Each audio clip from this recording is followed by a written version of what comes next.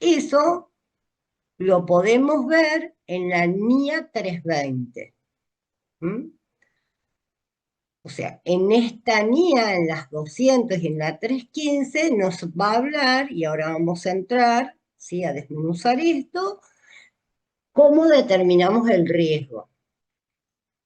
Determinamos la materialidad, que es el margen de error tolerable por nosotros. Y tenemos que definir en esta etapa con qué recursos vamos a contar y cuál es el tiempo, recursos y tiempos. En la segunda dijimos que ahí elaboramos el plan o programa de auditoría. Lo pueden encontrar como plan de auditoría o programa de auditoría. Y en ese plan o en ese programa, ¿sí?, vamos a definir qué enfoque le vamos a dar a nuestra auditoría. ¿Y de qué va a depender nuestro enfoque? De los resultados que hayamos obtenido cuando evaluamos el riesgo a lo que está sometida, ¿sí?, el objeto que nosotros vamos a auditar. ¿Qué vamos a hacer acá? Y vamos a hacer un detalle de todos los procedimientos de auditoría que vamos a ejecutar. Procedimientos que pueden ser de control o de cumplimiento o de procedimientos sustantivos. Por eso vamos a ver las diferencias de unos y de otros. ¿Sí? Entonces hay dos tipos de grandes procedimientos.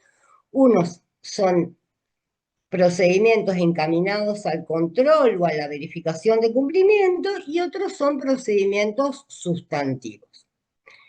Definiendo para esto, ¿sí?, previamente, naturaleza, alcance y oportunidad. ¿Qué es la naturaleza?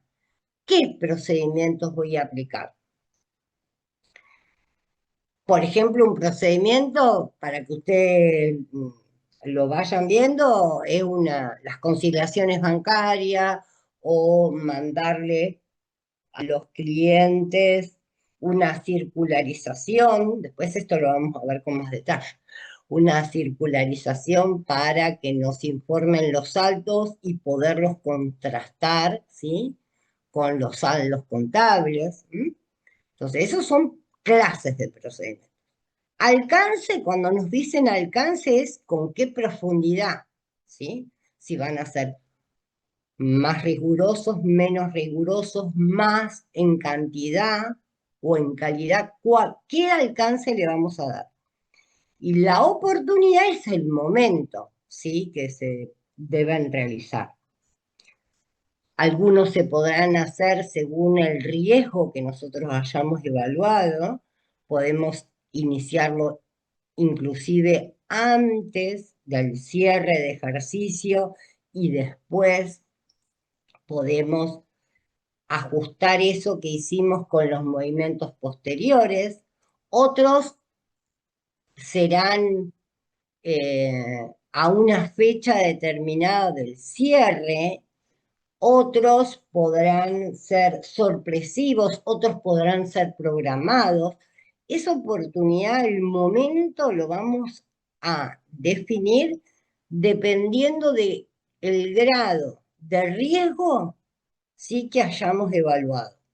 Entonces, algunos, sí, los haremos en algún momento que hayamos definido, ¿sí?, y otros, ¿sí?, en otro momento.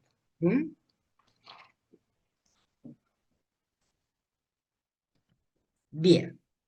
¿Se acuerdan que cuando hablábamos de conocimiento del ente, que eso que incluía, qué significaba tener un conocimiento de la estructura del ente? Ver cómo realiza sus operaciones, el mercado en el que se desenvuelve, qué sistema de información utiliza para captar, ¿sí?, relevar todas sus operaciones y contabilizarlas, y a qué normas legales y reglamentarias está sujeto, ¿sí? Le son aplicables. Porque recuerden que había entes que, además de las que son comunes a cualquier ente, podrían tener normas reglamentarias que les sean aplicables por la actividad que desarrolla. Entonces, eso vamos a tener que tomar apropiado conocimiento. ¿Cómo? Dijimos, bueno, entrevistamos a los directivos y al personal del ente que trabaja en sectores claves y útiles para nosotros para poder relevar información. Vamos a hacer un relevamiento de todo el sistema contable y administrativo. ¿Mm? Tenemos que relevar su proceso comercial, industrial, de servicio, depende de lo que esté haciendo el ente. Hay empresas que son típicamente comerciales, pero hay empresas que son industriales o que tienen mix de ellas. Nosotros tenemos que saber, ¿sí?, cómo se inicia el proceso, ¿sí?, y cómo es todo el desarrollo de esa cadena.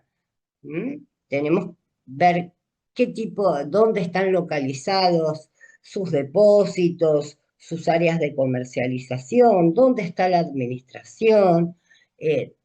Todo eso tenemos que relevar. Visitas, ¿se acuerdan que esto lo habíamos hablado también? A las distintas localizaciones. Nosotros tenemos que conocer en profundidad dónde están sus depósitos, su planta, su área logística, sus áreas comerciales, las oficinas administrativas. Y finalmente, hacer una revisión, ¿sí?, de la documentación del ente.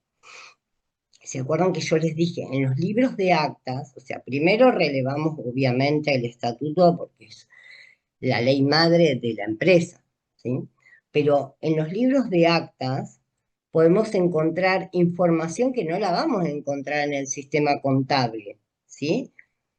Y ahí nos vamos a nutrir de mucha información que si no hacemos esa lectura, no la vamos a encontrar. Las declaraciones juradas que presente ante los organismos de control, no solo a los impositivos, ¿sí?, sino a los legales, ¿sí?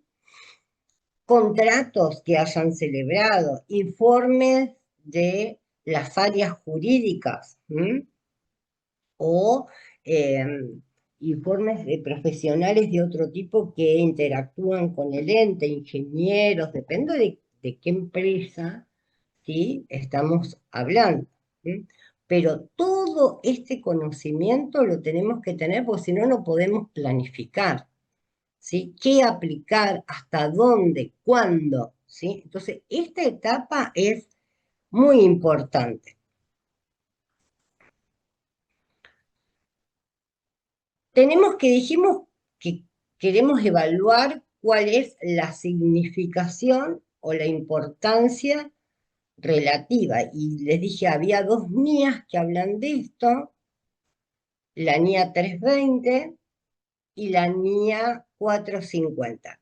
La NIA 320 es lo que nos dice cómo determinamos esa importancia relativa en la tarea de planificación y ejecución de la auditoría. Y la 450 nos dice cómo evaluar las incorrecciones que hemos identificado durante el proceso de auditoría. ¿Qué es una incorrección?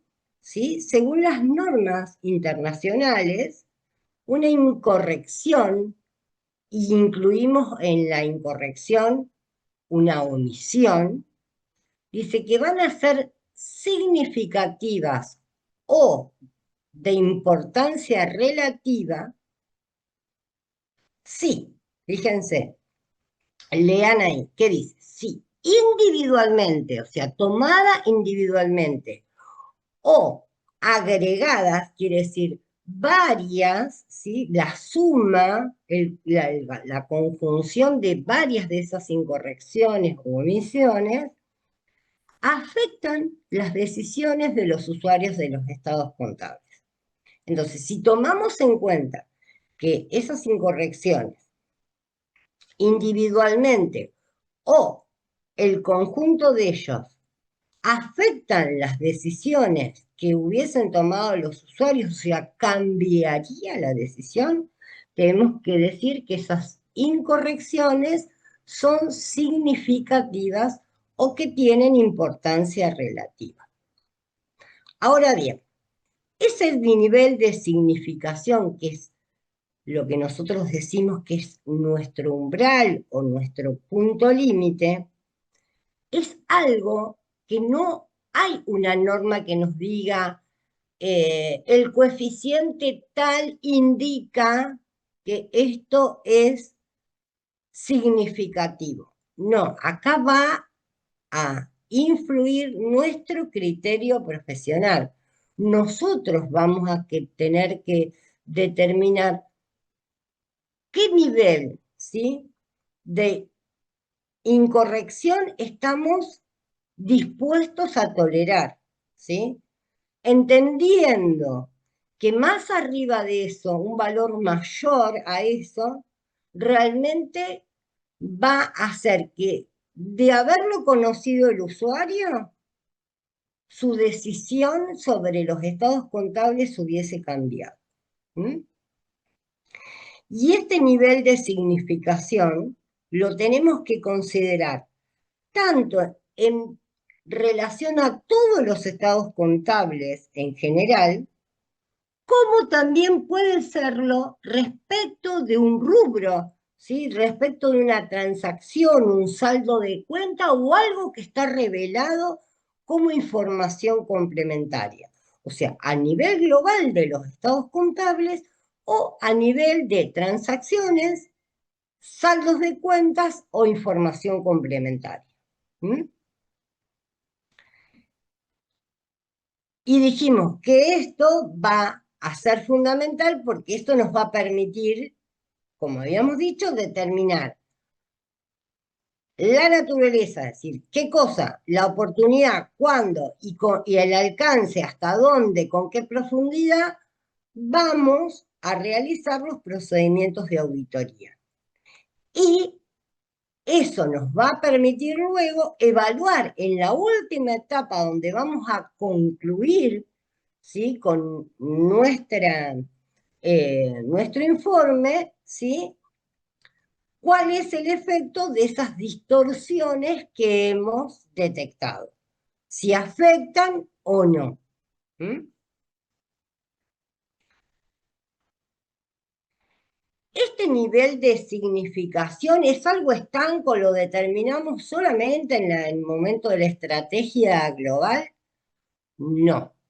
Esto lo vamos a tener, esto es algo que lo vamos a ir evaluando en forma constante, se retroalimenta a medida que vamos avanzando con la auditoría. Es posible que este nivel de significación, ¿sí?, vaya cambiando, porque vamos encontrando otras evidencias que hacen que ese nivel de significación lo tengamos que elevar, ¿sí?, o disminuir. ¿Mm?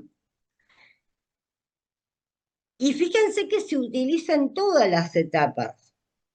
En la etapa de la estrategia global, sí, es necesario determinar cuál es ese nivel de materialidad o de significación a fin de evaluar el riesgo, ¿sí? Que ahora vamos a ver, pues, cómo se evalúa el riesgo. En la etapa de la planificación de auditoría, para que podamos determinar la naturaleza, la oportunidad y el alcance de los procedimientos que vamos a realizar. Y cuando vamos a concluir, en la etapa conclusiva, a fin de que podamos evaluar los efectos que esas distorsiones que fuimos detectadas detectando en todo el proceso de auditorías y no se corrigieron, cuál es su efecto y por lo tanto cómo va a influir eso en nuestro informe. ¿Mm?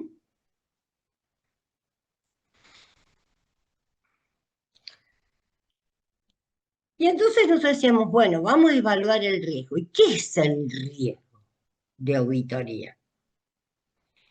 Es la posibilidad que emitamos un informe incorrecto por no haber detectado errores o fraudes significativos que hubiesen cambiado el sentido de nuestra opinión. ¿Mm? Así se define riesgo de auditoría, la posibilidad de emitir un informe incorrecto. ¿Por qué? Porque no hemos detectado errores o fraudes significativos, ¿m? Que nos hubieran cambiado el sentido de la opinión. ¿Bien? ¿De qué se compone el riesgo? Y ustedes van a ver que el riesgo se compone de tres elementos. Riesgo inherente, riesgo de control y riesgo de detección.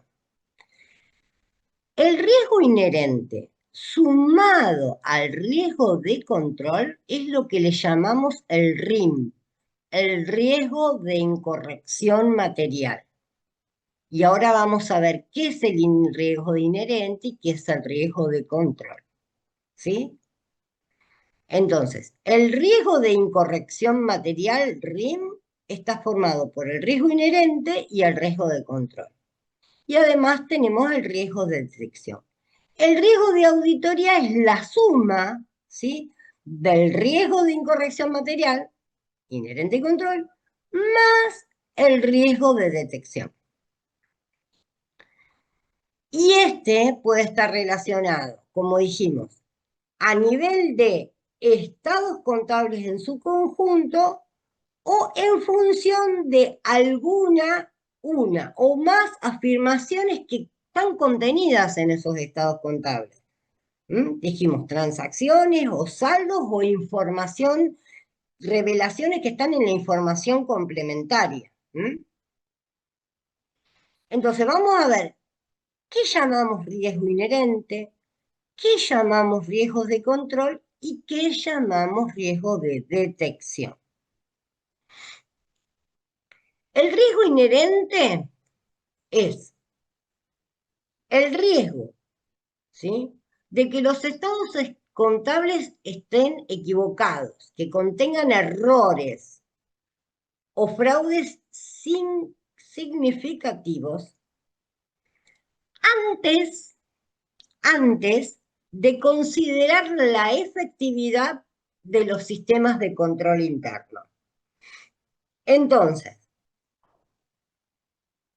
¿cuál es la característica de este riesgo inherente?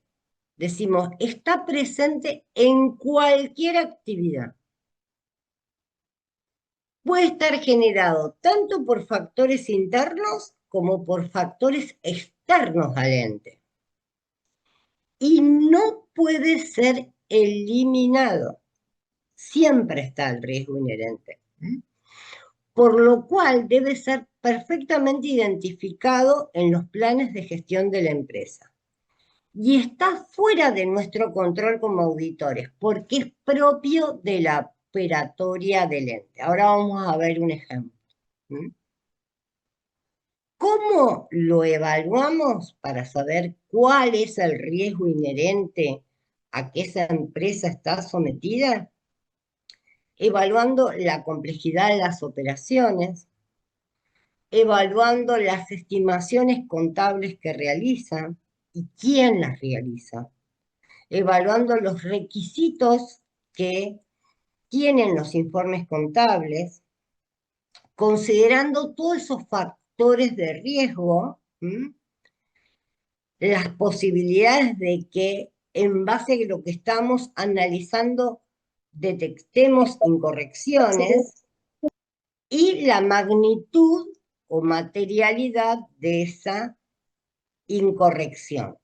Y para poder identificar esto necesitamos conocer, ¿sí?, todas las áreas de entendimiento de la empresa que puedan ser fuentes de riesgo. Considerar los factores externos, la naturaleza de la entidad, las políticas contables, ¿sí?, que aplica y los objetivos y estrategias de la empresa.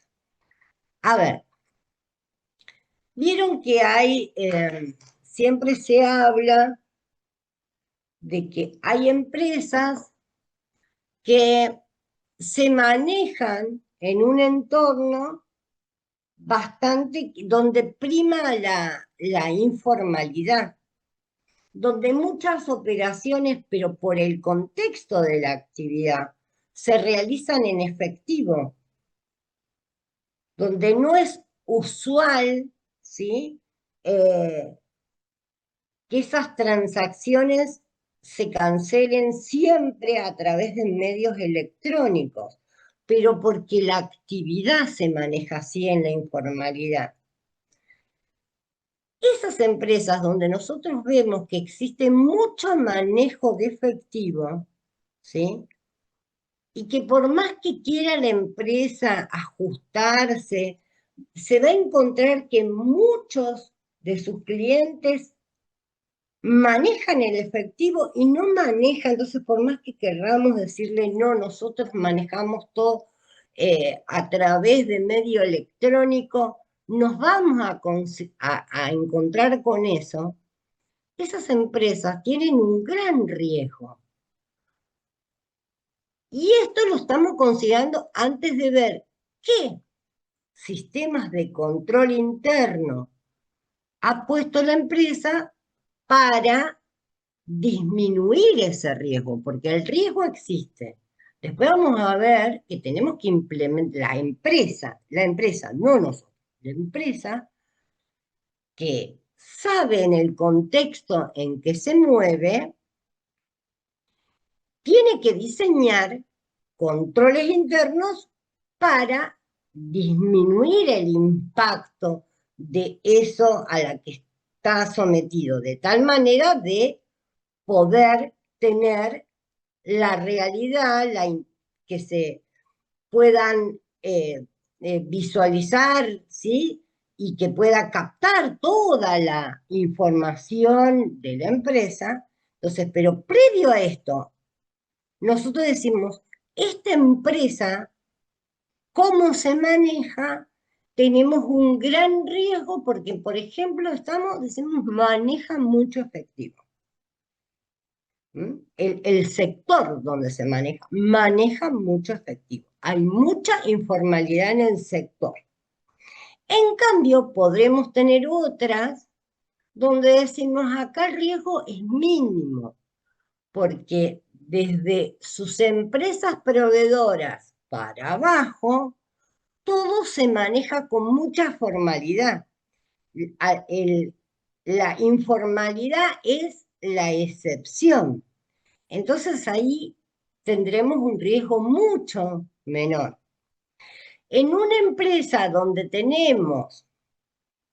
sí se realizan todas las cosas muy formales y quizá el ámbito donde se mueve es muy formal, pero tenemos múltiples localizaciones, ¿sí? También tenemos que tener cuidado, ¿sí? Ahí hay un riesgo porque la empresa está manejada por muchas manos, requiere muchos controles para que ninguna operación escape y se desvíe. Entonces, esas son las cosas que te decimos de riesgo inherente, ¿sí? Por eso están fuera de nuestro control porque es la problemática a la que está sometida el ambiente de la empresa, ¿sí? La empresa y todo su entorno. Y nosotros tenemos que evaluarlo eso para saber cuál es ese riesgo. A mayor riesgo vamos a ver que tenemos que implementar mayores controles, ¿sí? Luego tenemos el riesgo de control.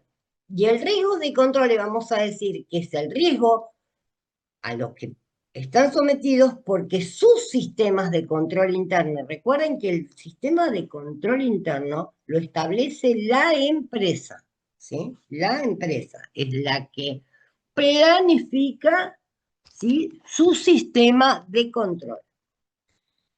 Entonces, es el riesgo de que los sistemas no detecten o no prevengan errores o fraudes significativos en forma oportuna. Entonces, nosotros tenemos que relevar cuál es el sistema de información, contabilidad y control que lleva el ente. Y están fuera del control del auditor en el sentido que está implementado por la empresa. Nosotros no vamos a cambiar eso, sino que lo vamos a evaluar para saber si tenemos, qué tipo de procedimiento tenemos que hacer, si nosotros decimos que hay un débil, ¿sí?, que el control interno es débil, o sea que puede haber, ¿sí?, desvíos, que no detecte errores o fraudes, entonces nosotros vamos a decir, ese el sistema de control interno que tiene la empresa es débil. Entonces, eso va a hacer que nosotros tengamos que aplicar distintos, ¿sí?, más exhaustivos, más profundos, ¿sí?, procedimientos de auditoría. ¿Para qué? Para nivelar, ¿sí?, eso que el sistema de control interno de la empresa no posee. Al contrario, si nosotros vemos que el sistema de control interno que tienen las distintas áreas previene errores o fraudes, ¿sí?, nosotros vamos a quizá a poder relajar, ¿sí?, disminuir la oportunidad o la profundidad de nuestros controles porque estamos más confiados en ese sistema de control interno. ¿Mm? Y después tenemos el riesgo de detección. Y el riesgo de detección es el nuestro, ¿sí? Este es el que nos involucra directamente, porque es el riesgo a que nuestros procedimientos de auditoría, a los que hemos seleccionado, planificamos, seleccionamos determinados procedimientos que vamos a aplicar, y estos procedimientos han sido inadecuados y no detectan errores o fraudes en los estados contables. Esto es totalmente controlable por nosotros, porque somos nosotros los que los diseñamos, ¿sí? Depende exclusivamente de nuestro diseño, de cómo los llevamos a cabo. Entonces, si nosotros planificamos un procedimiento de auditoría que no está oportunamente aplicado o no está con la profundidad o con el alcance, ¿sí?, que tenemos que aplicarnos, posiblemente, ¿sí?, no terminemos detectando errores que deberíamos haber detectado. ¿Mm? Entonces, ¿cómo reducimos nosotros este riesgo?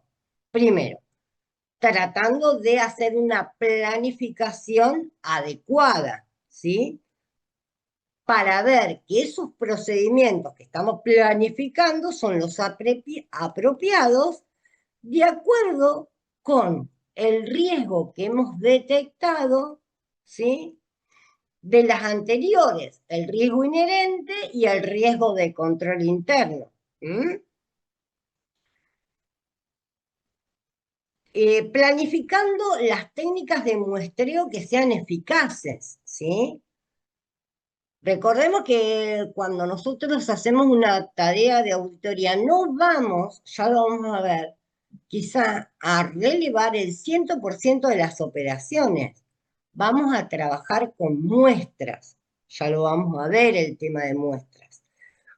Pero si tenemos una técnica de muestreo que no es eficaz, porque esa muestra que seleccionamos termina siendo no significativa y la traspolamos a la población total, vamos a concluir erróneamente, ¿sí?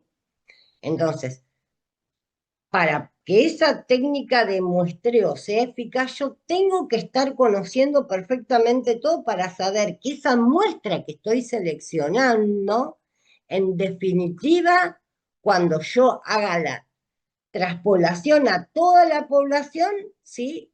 Va a tener el mismo comportamiento. Las pruebas sustantivas también tienen que ser adecuadas y esas pruebas sustantivas, ¿sí? Son las que me van a permitir también obtener evidencia suficiente, o sea, en cantidad suficiente, ¿sí? Y apropiada sobre la validez de esas afirmaciones que están contenidas en los estados contables. ¿Mm? ¿Cuáles, por ejemplo, cuando hace un ratito le decía, cuáles pueden ser esas pruebas sustantivas? Las consideraciones que hagamos, los cruzamientos de datos con los proveedores, los clientes. ¿M? Esos son pruebas que van a ir a determinados rubros y con determinadas características. Si no son adecuadas, como la estamos planificando, la evidencia que obtengamos va a ser o no suficiente o no significativa. ¿M? Tenemos que evaluar el riesgo de fraude. ¿No? Para eso tenemos que diseñar procedimientos, ¿sí? Que permitan disminuir y abordar este riesgo. ¿M? Y el tema de la comunicación efectiva, ¿sí? Tenemos que comunicar al equipo de gestión de la empresa discutiendo todos los hallazgos que nosotros vamos obteniendo, ¿sí? Y evaluando cada riesgo que estemos identificando. ¿Bien?